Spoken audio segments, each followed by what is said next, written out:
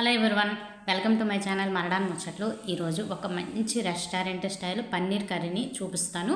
అలాగే మసాలాలు లేకుండా టేస్ట్ తగ్గకుండా ఎలా చేయాలో క్లియర్గా చూపిస్తాను. అయితే ఈ పన్నీర్ కర్రీ అయితే చపాతీ అలాగే రైసు బిర్యానీ వీటన్నిటితో కూడాను చాలా అంటే చాలా బాగుంటుంది. మసాలాలు వేయకపోయినా సరే నేను వేసే ఒకే ఒక ఐటమ్ని వేయండి, మసాలాలు లేకపోయినా అంతకు మించిన టేస్ట్తో వచ్చేస్తుంది అనమాట.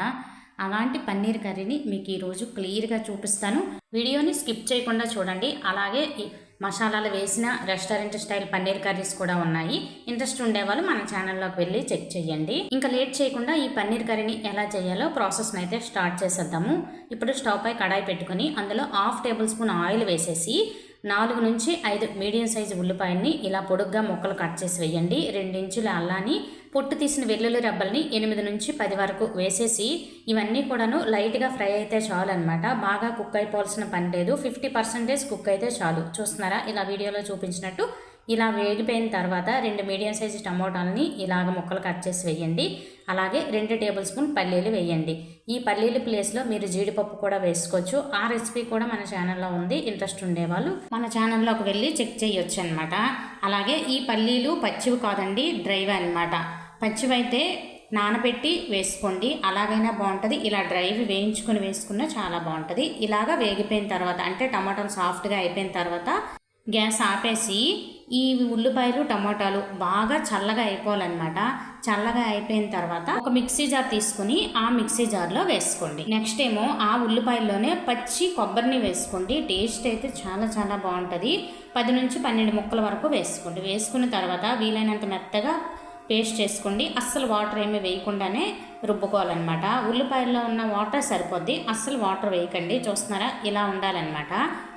ఇలా రుబ్బుకొని పక్కన ఉంచుకోండి. ఇప్పుడు స్టవ్ పై ఇందాక ఉల్లిపాయలు వేయించుకున్న కడాయిలోనే 2 టేబుల్ స్పూన్ ఆయిల్ అలాగే 2 టేబుల్ స్పూన్ బటర్ వేయండి. బటర్ వేయడం వల్ల టేస్ట్ చాలా చాలా బాగుంటుంది. అలాగే 1/2 టేబుల్ స్పూన్ షాజీరా, కొద్దిగా కరివేపాకు, అలాగే 3 నుంచి 4 పచ్చిమిర్చి చీలికలు వేసేసి కరివేపాకు చిటపట్లాడితే చాలు. ఇలాగ చిటపట్లాడిన తర్వాత ఇందాక రుబ్బు పెట్టుకున్న ఆనియన్ అలాగే టమాటా పేస్ట్ని అయితే వేసేసి జస్ట్ ఒకసారి కలిపేసి ఈ ఉల్లిపాయలు త్వరగా వేగాలి అంటే అందులో రుచికి సరిపడా ఉప్పు అలాగే 1/2 టేబుల్ స్పూన్ పసుపు వేసేసి ఈ పేస్ట్ అనేది బాగా వేగిపోయి ఆయిల్ పైకి తేలేంత వరకు వేగుతూ ఉండాలి. ఈలోపు నెక్స్ట్ ప్రాసెస్ చూద్దాము. అది వేయిస్తూ ఉండాలి, మధ్య మధ్యలో కలుపుతూ ఉండండి, అడుగంటేస్తుంది అనమాట.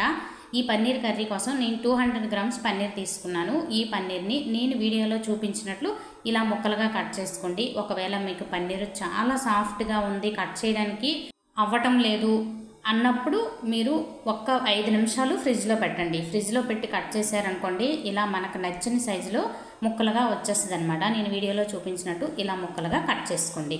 ఇలాగా ఈరోజు నేను చేసే పన్నీర్ కర్రీకి పన్నీర్ అనేది ఫ్రై చేయాల్సిన పని లేదు. ఒకవేళ ఫ్రై చేసే ప్రాసెస్ కావాలి అంటే మన వీడియోలోకి వెళ్ళి చెక్ చేయండి. ఆ రెసిపీ కూడా మన ఛానల్లో ఉందన్నమాట. ఈలోపు ఉల్లిపాయలు కూడాను చక్కగా వేగిపోయాయి. ఇలా ఆయిల్ అనేది పైకి తేలాలన్నమాట. అంతవరకు ఫ్రై చేసుకుంటేనే కర్రీ టేస్ట్ అయితే చాలా అంటే చాలా బాగుంటుంది. చూస్తున్నారా, ఇలా ఆయిల్ తేలాలన్నమాట. ఇలా తేలిన తర్వాత మనం తినే కారాన్ని బట్టి 1 టేబుల్ స్పూన్ వరకు కారం వేసేసి మరలా ఒక్కసారి 1 నిమిషం పాటు కలపండి. ఇప్పుడేమో ముందుగా కట్ చేసి పెట్టుకున్న పన్నీర్ ముక్కల్ని వేసేయండి. వేసేసి ఈ పన్నీర్ ముక్కలు విరిగిపోకుండా నిదానంగా ఈ కారం ఉప్పు అన్నీ కూడాను పన్నీర్కి పట్టేలాగా నేను వీడియోలో చూపించినట్టు నిదానంగా కలుపుకోండి. పన్నీర్ సాఫ్ట్గా ఉంటుంది కదా, విరిగిపోద్ది అనమాట. ఇలాగా మొత్తం పన్నీర్కి అంతా పట్టేలాగా కలిపిన తర్వాత 1 నిమిషం పాటు మూత పెట్టండి. 1 నిమిషం తర్వాత మూత తీసేసి టాప్ సీక్రెట్ మసాలా ఫ్లేవర్తో మనకి అదే టేస్ట్ రావాలి అంటే కసూరి మేతిని కొద్దిగా వేయండి. 1 స్పూన్ వరకు క్రష్ చేసి వేయండి. ఇది వేస్తే మసాలాలు వేయాల్సిన పనే లేదనమాట. హోటల్ స్టైల్లో వచ్చేస్తుంది అనమాట, అదే టేస్ట్ వస్తుంది. ఇలా కలిపిన తర్వాత కొద్దిగా వాటర్ వేసుకోండి. అంటే ముక్కలు ములిగేంత వరకు వాటర్ వేసుకోవాలన్నమాట. చూస్తున్నారా, ఇలాగా వేసుకుంటే సరిపోద్ది అనమాట. ఇప్పుడు ఉప్పు చెక్ చేసుకొని ఉప్పు కానీ కారం కానీ ఏం సరిపోకపోయినా వేసుకొని మరలా ఒకసారి అంతా కలిపేసి మూత పెట్టేయండి. మూత పెట్టేసి నిదానంగా ఉడికిస్తూ ఉండాలి. అంటే మీడియం ఫ్లేమ్ టు లో ఫ్లేమ్లో అడ్జస్ట్ చేసుకోవాలన్నమాట. ఇలాగా 5 నుంచి 10 నిమిషాల తర్వాత మూత తీస్తే ఆయిల్ తేలుతుంది కదా, ఇలా తేలుతూ ఉన్నప్పుడు కూర పర్ఫెక్ట్గా ఉడికినట్లు అనమాట. ఇప్పుడు 1/2 టేబుల్ స్పూన్ వరకు ధనియాల పొడి, పావు టేబుల్ స్పూన్ జీలకర్ర పొడి, అంతే. గరం మసాలా కానీ చికెన్ మసాలా ఇలాంటివి ఏమి వేయక్కర్లేదనమాట. వేసేసి ఒకసారి కలిపిన తర్వాత కొద్దిగా కొత్తిమీర వేసేయండి. వేసేసి మరలా ఒకసారి అంతా కలపండి. చూస్తున్నారా, మసాలాలు వేయకుండానే కూర టేస్ట్ అయితే మనకి చాలా చాలా బాగుంటుంది. ఒక్కసారి ట్రై చేయండి, మీకు చాలా బాగా నచ్చుద్ది అనమాట. ఇలా దగ్గరగా అయిన తర్వాత స్టవ్ ఆపేయండి. గ్రేవీ కన్సిస్టెన్సీ కూడాను చూస్తున్నారా, ఇలా ఉండాలన్నమాట. ఇలా ఉంటే చల్లగా అయిన తర్వాత ఇంకాస్త దగ్గరగా అవుద్దనమాట.